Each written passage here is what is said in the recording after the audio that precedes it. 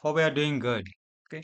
In our playlist, now we reached a section where we can discuss about the string functions. Okay. In previous classes, we have seen the basics about how to create databases, having a basic understanding about our interface. Okay. How to order the data. Okay. Understanding the difference between the where class and the having class. All these things we have seen. And also we have seen that how to group the data on top of that one, how to filter the data, the aggregated data using having class. In today's class, okay, we'll try to understand few string functions and how they are useful in real time. Okay, so for this one, I have created a database called string function database, and currently we are using this particular database. Okay, first of all, we'll try to see what are the tables available there. Okay, yeah, there is one table, users table. We'll try to select the data from users. Okay, so it is having emails, user ID and their email addresses. Okay, there are around 6 records available. When it comes to the string functions, we'll try to see that. So basically, whenever even in Python programming language, there it's right. We can see the length function, uppercase, lowercase, reversing a particular string and all. Okay. We'll try to use the same logic here also. Okay. If I want to check this, the length of the email, okay, how I'm going to use that? I'm going to select, there is a function called length. Okay. To that length, what is my column name? Email. Okay, from what is the table name? Users. Okay, see that for each email address, I'm checking the length of this one. Even it will help us to see to validate the SMS lengths. Okay, password size, how many characters are there in that particular password. Okay, if you give or else typing any message, how many characters are there in that particular thing. So it will help us in such a way. Okay, so this is how the length function is used. Directly you can also check like this. Okay, select. I'm going to check the length of any string. Hello. Okay, you see that directly it gives us the length of that string. The same thing we are applying on a column. When we apply a function on a column, it is going to be applied on all the values of a column. Okay, so this is how we can check. The later we'll try to see that how many characters are there. Okay, there is a char length function also. Okay, apart from this one, okay, still it works in the same way. Okay, where I can also check char length function. The purpose of the char length and length function both are same. Okay, we'll try to see an uppercase function. Okay, so suppose I'm having a whole database here. If I want to use it, I'm just double clicking over here, and I want to check the data inside a country city table. Okay, I want to see, select all from city. Okay, I'm having the Kabul and all these things. Okay, now I want to select the ID number and the names, but names I need in capital case. Okay, how to do that? Alt select. Okay, select our part of the name from, what is our table name? City. Okay, now all the names I'm getting in uppercase. Okay, similarly, if I want the lowercase, in place of upper, what I need to do, I need to apply the lowercase function. Okay, now I'm getting all the names in a lowercase letter. Okay, the later thing is that apart from this one, there is a function called trim. Okay, these functions are important for us. Okay, these trim functions will help us to do the perform data cleaning operations. Okay, this will help us in data cleaning. How? For suppose whenever we are filling any register, right? Suppose if my name is Suresh, what I will apply, some accidental spaces we may enter. Okay, like this I may enter. Okay, let me get the length of this. If I try to select the length of the same name, we'll observe this length of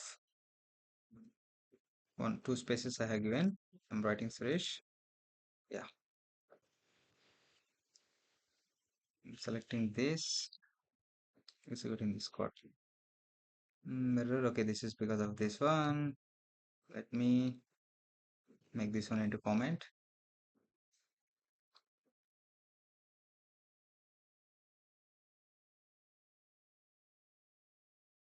Select, yeah, here. Okay, now I can see that the length of my name is, okay, it's about 10 characters. For our eyes in a form, we'll see only 6 characters. We'll by default assume that the length of this particular name is 6. But it is giving me 10. Full confusion, right? That's why using this particular trim function, I can eliminate this leading and trail spaces. Okay, how to apply the string functions? Okay, the trim function. Now select the trim of the same name. I'm giving two spaces. I'm writing the name. Okay, this is the important thing to understand. This is used. Okay, see that. So this is how I'm getting the name now. On top of this one, if I apply after applying the,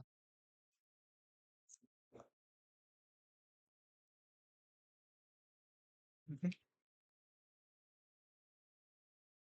now I'm getting expected now. Okay, so this is how the trim function is helpful to us to remove the child and leading spaces in a string. Okay, it's a part of the data cleaning. Okay, it is a very important function when it comes to the deleting or eliminating the spaces. Okay, along with this one, we are also having LTRIM. Okay, LTRIM function is there, and also RTRIM function is there. So LTRIM will eliminate the left side spaces, RTRIM will eliminate the right side spaces. Okay, but trim is going to take care of both the sides. Okay, this is how we'll go with. Okay, next one is the substring. How to access specific characters from the name. Okay, suppose I would like to select the substring of a particular thing. The first character of a city. In my city table, I can see. Let me use select this particular name. I'm getting the couple, right? So I want to get only this character K, or else the last character, or else KA, or else only Bull, okay, or else Herath, all these things, okay. How to extract specific characters based on their position in SQL? Substring function is used to do that, okay. Simply we'll try on a text, then we'll go with that. I'm writing my name, or else I'm writing the string name. After this one, we need to give, okay, the position. I'm giving 2, and one more number I am giving 3. You know what does it mean? The first value, okay, it is representing the starting index. Okay, the 3 is representing the number of characters from 2. Okay, in Python the index starts with 0, but in SQL the index starts with 1. Okay, what is the second indexed value here? A. Okay, starting from A, I need 3, means A, B, U. Okay, we'll try to observe that. Now see, we are getting that. I want to select this one as substring. Okay, so this is how I can access specific characters. If I want only the first character, then I need to keep 1. Again, I need to keep 1. Then I will select only the first character.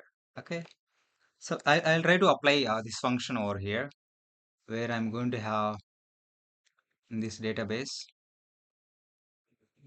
I'm having this database. In this database, I'm having actor table. In the actor, I'm having the first name and last name. Okay, so I want to display the first of all we'll see that select all from actor. Okay, Now see the first name and last name. I want to access the first letter from the first name and first letter from the last name. Okay, it's very easy, right? So what I need to do is that I need to use the string function. I'm going to select substring function. Within that, I need to give the column name and I need the first one. So this is the one character. Okay, I'm just giving this one as a. Okay, yeah, select the letter one. I want to select this one. Later, I want to select the substring from the last name. Again, I want this one. I want to select this one as L2. I need to write the table name from actor. Okay, see, excellent, right? Yeah. So generally, when you open our Google account, there we can see if you don't upload any profile pic, right? They will extract the first letter from the first name, last letter from the last name, not last letter, first letter from the last name. Then they will perform the concatenation operation. Okay. For that one, we have a function called concat. Okay, where we can have the first name and last name in a single column. Okay, there is a concat function. How I'm going to apply the same thing here. Okay, first I will try to see on the first name and last name. Okay, what I want to showcase is that this is my column. So here I'm having the first name and last name, right? I want them in a single column. Okay, for that one, there is a function called concat where I need to provide first name, the last name from actor. Okay. Now I'm getting the first name and last name together, but I need a space in between because space is also a character. I need to provide a single space here. Then I'm getting a space between the first name and last name. It is super simple. The same thing I want to apply over here. Okay. So I got the first letter from the first name, first letter from the second name. On top of this, because they are also string, right? Single character strings. I'm applying that concat function on top of this. Now I should not provide the last name over here. Okay, I should remove them, otherwise it will show an error. Yes, see, this is how they will extract the first name, first character from the first name, first character from the last name, and perform concatenation, and they will display over there. Okay, this is how the concat function will help us. This is how the substring function will help us. Okay, so these are the basic functions that will help us a lot. Okay, I believe you got the basic idea about how the built-in functions will help us to do specific tasks over here. Okay,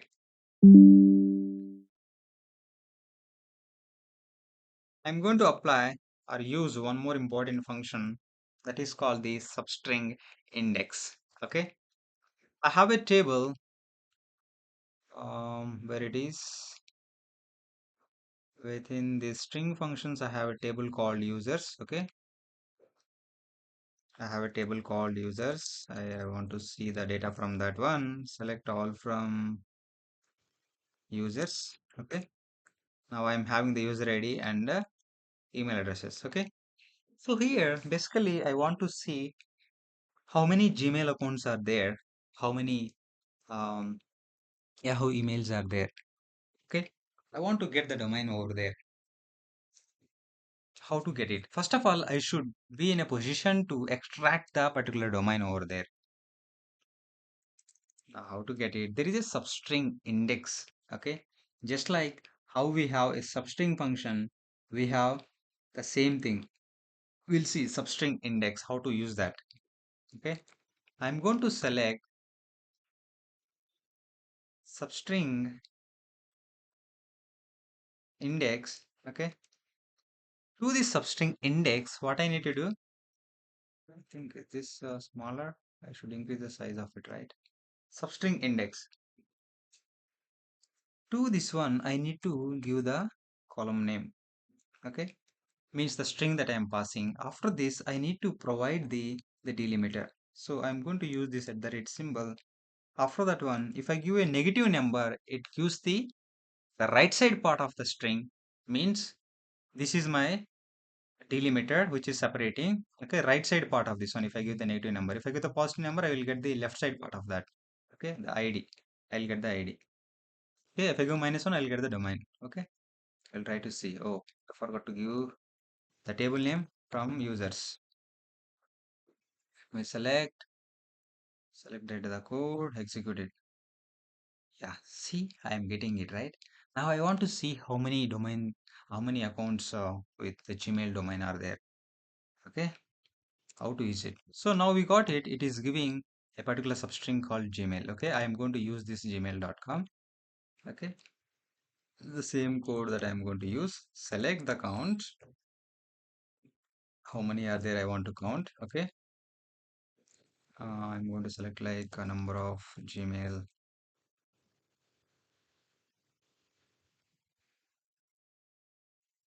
accounts. Okay, from users. Here I'm going to use that function within the where class where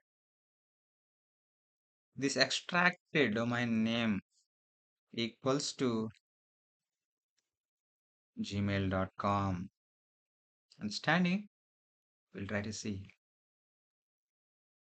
Oh my god, there are four. Okay.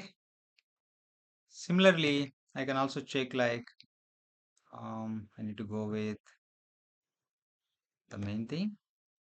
Okay, Yahoo Mail. How many Yahoo are there? I'm just copying this one, pasting it. I want to see the domain yahoo.com.